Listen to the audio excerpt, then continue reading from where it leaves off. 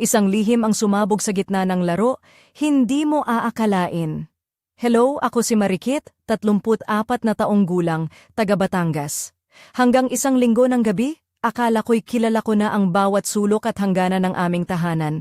Pero isang pangyayaring iyon lang ang nagbago ng lahat.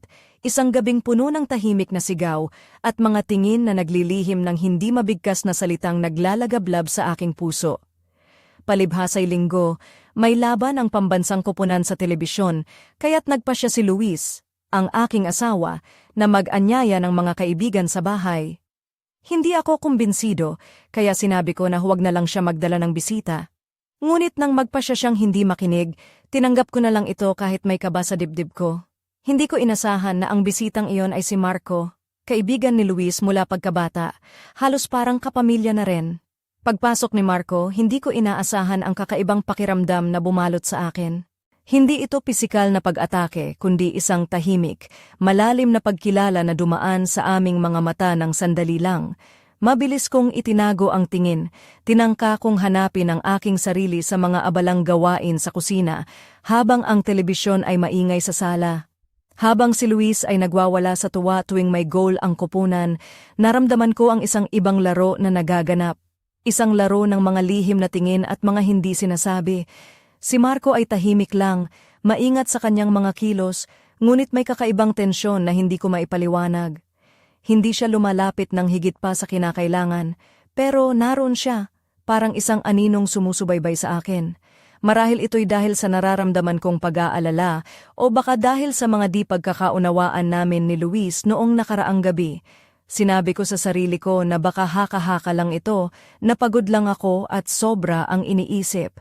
Ngunit sa bawat sigaw ni Luis ng goal, palalim ng palalim ang misteryosong tensyon sa pagitan namin ni Marco. Simula noon, nagsimulang dumalas si Marco sa bahay. Lagi niyang sinasabi na gusto lang niyang makipagkita kay Luis, ngunit hindi ko na maiwasang mapansin ang mga sandaling pinapatingin niya sa akin ng matagal na para bang may lihim na pag-uusap lang kami na nauunawaan. At ako, kahit pilit na nilalabanan, ay unti-unting nahuhulog sa kakaibang damdaming iyon. Hindi dahil sa kanya, kundi dahil sa pagkakaroon ng isang mata na tunay na tumitingin sa akin.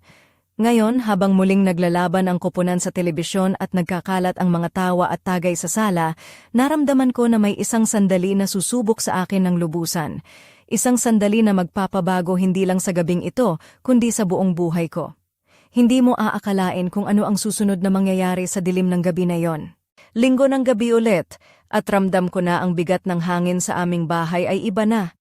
Ang mga ilaw sa sala ay medyo malabong, tila ba sumasabay sa maladramang eksena na unti-unting bumabalot sa aming mga buhay. Sa likod ng bawat tawa at sigawan ni Luis sa telebisyon, may mga sandaling tahimik ako sa kusina, pinipilit na ayusin ang mga gamit na parang walang nangyayari. Hello ulit, ako si Marikit, 34 na taong gulang mula Batangas. Hanggang sa gabing ito, pinaniniwalaan ko na ang tahanan ko ay ligtas na mundo kung saan walang puwang ang pagtataksil. Ngunit sa likod ng mga pinto at bintana, may mga lihim na unti-unting sumisiklab. Alam ko na may nagaganap sa pagitan ni Luis at ni Marco, pero pilit kong iniiwasan na pag-usapan ito. Para kay Luis, si Marco ay parang kapatid na matagal nang kasama. Hindi niya iniisip na may kahit anong pagbabago sa pagitan namin. Ako naman, nararamdaman kong may mga tingin si Marco na nagtatagal ng lampas sa pagiging magkaibigan lang. Gabi-gabi, habang naririnig ko ang mga hiyawan sa sala dahil sa laro, ako ay nasa kusina, nagpapanggap na abala sa paghuhugas ng pinggan, habang ang puso ko ay naglalakbay sa mga alaala ng mga nakaraang linggo. Lahat ng mga maliliit na detalye na dati ay hindi ko pinapansin ay biglang naging malalaki at maliwanag. Ang mga sandaling pinapatingin ako ng masinsinan ni Marco, ang mga pagkakataong nahuhuli ko siyang nakatitig sa akin nang may kakaibang init. Sa bawat pagpasok ni Marco sa bahay, unti-unti ring nasisira ang ilaw na nagbibigay saya sa aming tahanan. Hindi ko alam kung paano nagsimula ang lahat, pero ramdam ko unti-unting lumalalim ang puwang sa pagitan namin ni Luis. Hindi dahil sa hindi niya ako mahal, kundi dahil sa mga bagay na hindi namin napag-uusapan, mga salita at damdamin na naiwan sa dilim. Sa gabing ito, hindi ko maiwasang isipin kung ano ang susunod na mangyayari. Naisip ko, Ano kaya kung hindi ko na lang ituloy ang mga pagdududa? Ano kaya kung maging matatag ako sa aking mundo, sa aking desisyon? Ngunit sa puso ko, alam kong hindi na ito simpleng usapin ng pagdududa o takot. May isang bagay na mas malalim na nag-uusbong, isang lihim na magbabago ng lahat. Habang tumatagal ang laro at si Luis ay patuloy na sumisigaw ng mga tagumpay ng koponan, ako ay unti-unting nasasakal sa sariling mga iniisip. Hindi ko alam kung hanggang kailan ko kayang itago ang katotohanan na unti-unting lumalapit si Marco sa akin at ang puso ko ay naguguluhan sa mga palihim niyang titig. Hindi mo aakalain ang susunod na pangyayari na magpapabago sa gabi namin na parang ordinaryong linggo lang. Hindi ko malilimutan ang gabing iyon, isang gabi na puno ng pag-aalinlangan at pagtatago ng mga damdamin sa bawat sulok ng bahay namin sa Lipa City. Habang ang mga hiyawan mula sa telebisyon ay umaalingaw-ngaw sa sala, ako'y nanatiling tahimik sa kusina, pinipilit na ayusin ang mga baso at plato na parang walang nangyayari sa loob ko. Ako si Marikit, 34 na taong gulang, at sa gabing iyon, unti-unti kong naramdaman ang pagbabagong nagaganap sa akin. Ang mga mata ni Marco na dati tila ordinaryong tingin lang, ay nagiging mas malalim, mas matagal. Parang may sinasabi na hindi niya kayang ipahayag sa salita. Hindi ko maipaliwanag, pero sa bawat pagtingin niya sa akin, parang may apoy na naglalagablab sa loob ko. Hindi ko inaasahan na isang simpleng laro sa telebisyon ang magiging saksi sa pag-usbong ng isang lihim na hindi ko inaasahan. Si Luis, ang aking asawa, ay abala sa pagsigaw ng mga gol ng pambansang koponan. Halos hindi pansin ang mga kakaibang tensyon sa pagitan namin ni Marco. Si Marco naman ay tahimik, maingat sa kilos, ngunit may kakaibang init sa kanyang mga mata na hindi ko maintindihan. Habang lumalalim ang gabi, napansin kong palipat-lipat ang mga tingin namin ni Marco. Isang tahimik na usapan na puno ng mga hindi nasasabi.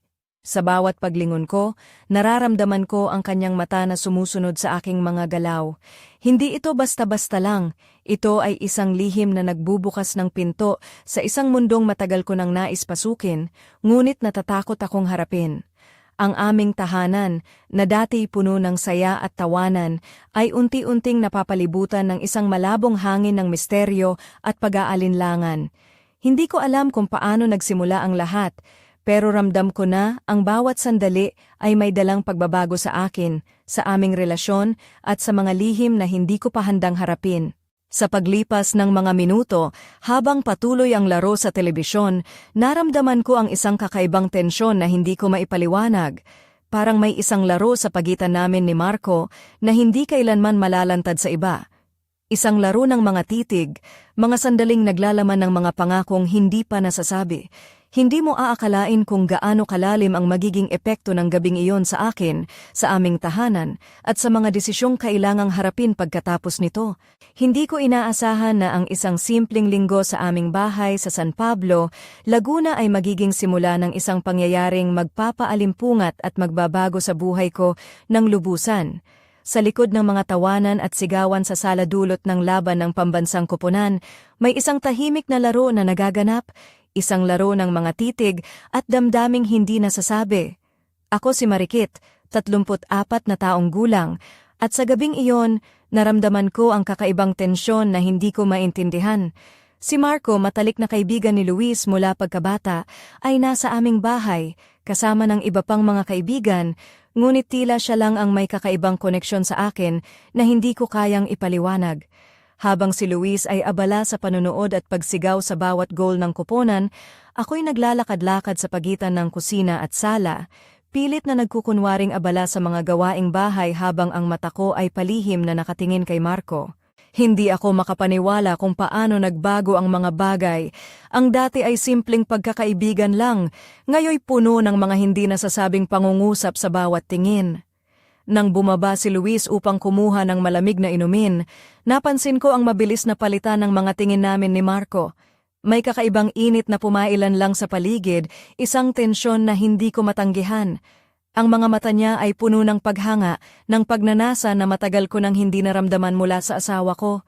Habang naglalakad ako pabalik sa kusina, napansin kong tila sinusundan ako ni Marco ng mga mata, hindi sa paraan na nakakainis, kundi sa paraan na para bang gusto niyang sabihin ang isang bagay na hindi niya kayang ipahayag ng malakas. Ang mga sandaling iyon ay puno ng pag-aalinlangan, ngunit sa likod ng lahat ng iyon ay may isang bahagi ko na nagsasabing, bakit hindi mo subukan? Bakit hindi mo subukan na maramdaman kung ano ang nararamdaman mo sa kanya? Hindi mo aakalain kung paano unti-unting nagbago ang hangin sa aming tahanan sa gabing iyon, at kung paano naging simula iyon ng isang lihim na hindi ko inakala na mararanasan ko sa sarili kong buhay. Ang gabing iyon sa aming bahay sa San Pablo ay nagbukas ng isang pinto na hindi ko inaasahang bubuksan ko.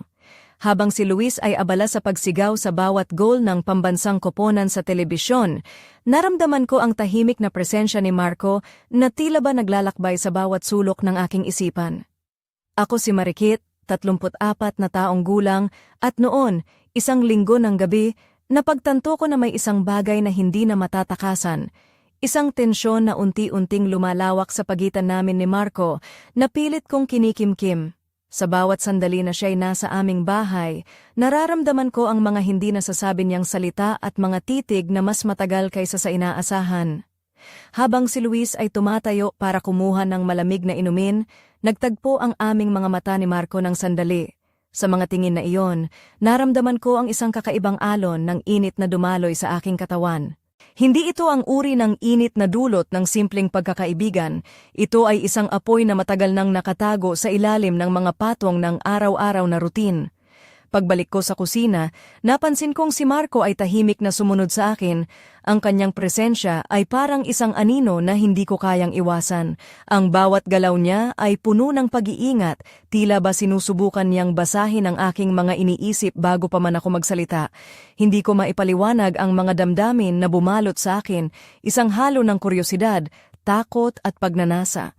Alam ko na ang ginagawa ko ay isang paglabag sa mga panuntunan na matagal ko nang sinusunod sa aking buhay, ngunit sa sandaling iyon, ang puso ko ay kumakanta ng isang awitin ng paglalakbay sa hindi pa natutuklasang mga damdamin. Nang bumalik si Luis sa sala, ramdam ko ang bigat ng mga titig ni Marco sa akin, ngunit pinili kong itago ang aking nararamdaman. Ang laro sa telebisyon ay patuloy na nagdadala ng saya sa mga kaibigan sa sala, ngunit sa loob ng puso ko isang bagong laban ang nagsimula, isang laban na hindi ko inaasahang haharapin. Hindi mo aakalain kung paano unti-unting naglaho ang mga hangganan ng aking mundo sa gabing iyon at kung paano nagsimula ang isang kwento na magpapabago sa lahat ng aking pinaniniwalaan tungkol sa pag-ibig at katapatan. Hindi ko inakala na ang gabing iyon, na tila ordinaryong linggo lang sa aming bahay sa Lipa, ay magiging simula ng isang bagyong tatama sa puso ko ng walang babala. Habang si Luis ay abala sa pagsigaw ng mga gol ng pambansang koponan sa telebisyon, ako'y nakatayo sa kusina, pilit na tinatago ang mga damdamin na hindi ko lubos maintindihan. Ako si Marikit, 34 na taong gulang, at sa gabing iyon, unti-unting bumagsak ang mga pader ng katiyakan na matagal ko nang kinatatayuan. Sa bawat titig ni Marco na palihim niyang ipinapadala, ramdam ko ang isang alon ng init na sumisingit sa aking balat, isang init na nagpapakaba at nagpapalito sa akin. Habang lumalakas ang sigawan sa sala sa tuwing may goal, naramdaman kong may ibang laro ang nagaganap sa loob ng bahay, isang laro ng mga salitang hindi nasasabi, ng mga titig na naghahatid ng mga lihim na pangako. Hindi ko maintindihan kung paano nagsimula ito, ngunit hindi ko na rin kayang balewalain. Naisip ko kung paano sana naging iba ang lahat kung may naganap na bukas na usapan sa pagitan namin ni Luis, mga salitang hindi nasabi, mga damdaming pinigil. Marahil kung nagkausap kami ng tapat, hindi na sana kami napunta sa ganitong kalagayan, ngunit ang mga salita ay nanatili sa hangin at kami ay nagpatuloy sa aming mga tahimik na pagdurusa. Ang pagdating ni Marco sa aming buhay ay isang salamin ng mga bagay na matagal ko nang itinatago, ang pangungulila sa pagtingin, sa pag-aalaga, sa pagiging tunay na nakikita bilang isang babae at hindi lamang asawa o ina. Hindi ko inakala na ang isang tao na matagal nang kasama namin ay magkakaroon ng ganitong kapangyarihan sa puso ko. Habang si Luis ay tulog na sa sofa, pagod sa kabila ng sigawan at saya sa sala, naramdaman ko ang bigat ng sandaling iyon. Ang tahimik na bahay, puno ng mga hindi nasabi, ay tila isang malawak na dagat ng mga pangako at pagtataksil. Sa kabila ng lahat, alam ko na ang isang bagay ay kailangang mangyari, isang desisyon na magbabago sa landas ng aking buhay. Hindi mo aakalain kung paano ko hinaharap ang mga tanong sa aking puso at kung paano ang gabing iyon ay magiging pundasyon ng isang lihim na magpapabago sa lahat. Hindi ko inasahan na ang gabing iyon sa aming bahay sa San Pablo, Laguna ay magdadala ng isang hindi inaasahang pangyayari na magpabago sa lahat ng aking pananaw. Habang si Luis ay tulog na sa sofa, dala ang pagod sa kabila ng kasiyahan sa sala, ako ay naiwan sa dilim ng kusina, nakatitig sa mga anino na unti-unting sumasayaw sa paligid. Ako si Marikit, 34 na taong gulang, at sa sandaling iyon, naramdaman kong may isang pinto na unti-unting bumubukas, isang pinto patungo sa isang mundo na matagal ko nang tinatago sa loob ng aking puso. Hindi ko inaasahan na si Marco, ang matalik na kaibigan ni Luis, ay magiging susi sa pagbubukas ng pinto na iyon. Tahimik siyang lumapit, ang bawat hakbang ay puno ng pag-iingat, parang isang naglalakad sa isang lugar na sagrado. Hindi kami nagpalitan ng salita, ngunit ang mga mata namin ay nag-usap, isang lihim na wika na tanging kami lang ang nakakaintindi. Ang kanyang mga daliri ay dahan-dahang humawak sa aking braso, isang haplos na puno ng pangako at pag-aanyaya sa isang bagay na matagal ko nang pinangarap ngunit takot harapin. Hindi ito isang impulsong sandali, ito ay isang desisyon, isang hakbang na matagal ko nang pinag-isipan sa loob ng aking puso. Alam kong ang bawat kilos namin ay may dalang panganib, ngunit sa sandaling iyon, ang init ng kanyang pagdampi ay nagbigay sa akin ng lakas na kinakailangan upang harapin ang mga lihim na ito. Habang ang mundo sa labas ay patuloy sa ingay ng laro, kami ay nasa isang tahimik na universo, isang mundo na puno ng mga damdamin na hindi namin kayang ipahayag sa salita. Ang bawat halik ay puno ng pagnanasa na matagal nang itinago, ngunit ngayon ay naglalakbay sa bawat hibla ng aming mga katawan. Hindi mo aakalain kung paano ang isang gabing puno ng kasiyahan at laro ay magiging simula ng isang lihim na magpapabago sa buhay ko ng husto. Sa bawat sandali, naramdaman kong ako ay naglalakad na sa isang landas na hindi na maaaring balik-balikan. Sa dilim ng aming bahay sa San Pablo, habang si Luis ay mahimbing na natutulog sa sofa, unti-unting lumalim ang haplos ni Marco sa aking balat. Ang mga halik niya ay puno ng pangakong matagal ko nang hinihintay. Isang pangakong naglalapit sa akin sa isang mundong bago, isang mundo na matagal ko nang nais pasukin, ngunit natatakot akong harapin. Ako si Marikit, 34 na taong gulang, at sa gabing iyon naramdaman ko ang bawat hibla ng aking katawan na nagigising sa init ng presensya ni Marco. Hindi ito basta pagnanasa. Ito ay isang pagbabalik loob sa sarili kong pagkatao, isang pagtanggap na may bahagi sa akin na matagal ko nang iniwasan. Ang bawat galaw niya ay maingat, puno ng paggalang at pag-aalaga, na para bang nais niyang ipakita na ako ay higit pa sa isang asawa o ina, ako ay isang babae na karapat-dapat mahalin at pahalagahan. Ang kanyang mga kamay ay naglakbay sa aking katawan ng may pag-iingat, hinahanap ang mga lugar na matagal nang nangungulila sa pag-ibig at pag-aaruga. Sa bawat sandali na kami ay naglalapit, naramdaman ko ang bigat ng mga taon ng pag-aalipusta at paglimot sa aking sarili na unti-unting napapalitan ng init ng pagmamahal na hindi ko inaasahan mula sa isang tao na dati kong itinuturing na kaibigan lang. Hindi ito isang simpleng pagtataksil, ito ay isang paglalakbay sa loob ng aking puso, isang paghahanap sa mga bahagi ng aking pagkatao na matagal nang nagugutom sa pag-ibig at pagkilala. Sa kabila ng lahat, naramdaman ko na sa gabing iyon, ako ay muling nabuhay, muling naipanganak bilang isang babae na may lakas at tapang na harapin ang mundo. Hindi mo aakalain kung paano ang mga sandaling iyon ay naging simula ng isang lihim na relasyon na magpapabago sa takbo ng buhay ko. Sa bawat halik at haplos, naramdaman kong ang aking mundo ay unti-unting nagbabago, isang pagbabago na hindi ko na kayang pigilan.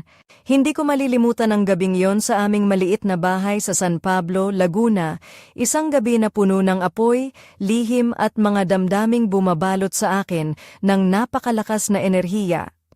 Si Marco, na dati kaibigan lang ni Luis, ay naging higit pa sa isang tagapagligtas ng mga bahagi ng aking puso na matagal nang napabayaan.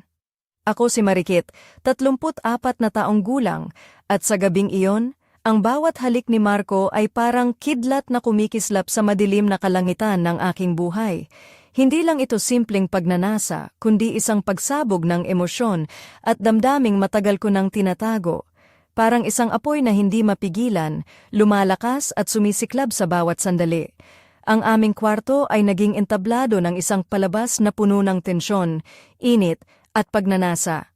Ang bawat haplos ay may kasamang pangakong hindi nasabi sa salita, ngunit ramdam sa bawat paghinga. Ang kanyang mga kamay ay naglakbay, nag-explore ng mga bahagi ng aking katawan na matagal nang nagugutom sa pagmamahal at atensyon. Hindi ko na kayang pigilan ang sarili ko. Ang bawat galaw ay puno ng sigla ng pagnanais na madama ang bawat segundo ng sandaling ito. Ang aming mga puso ay nagtitipon-tipon sa isang awit ng pagnanasa, isang awit na matagal nang nakalimutan ng aking kaluluwa. Ngunit sa kabila ng lahat ng init at saya, alam ko rin na may mga panganib na kaakibat ang aming ginagawa. Ang mga lihim ay mabigat at ang bawat desisyon ay may kaakibat na responsibilidad. Ngunit sa gabing iyon, ang pagnanasa ay mas malakas kaysa sa takot at ang bawat sandali ay puno ng pangakong hindi ko pa nararanasan dati. Hindi mo aakalain kung paano ang isang simpleng gabing puno ng laban sa telebisyon ay magiging entablado ng isang lihim na pag-iibigan na magpapabago sa aking buhay ng husto.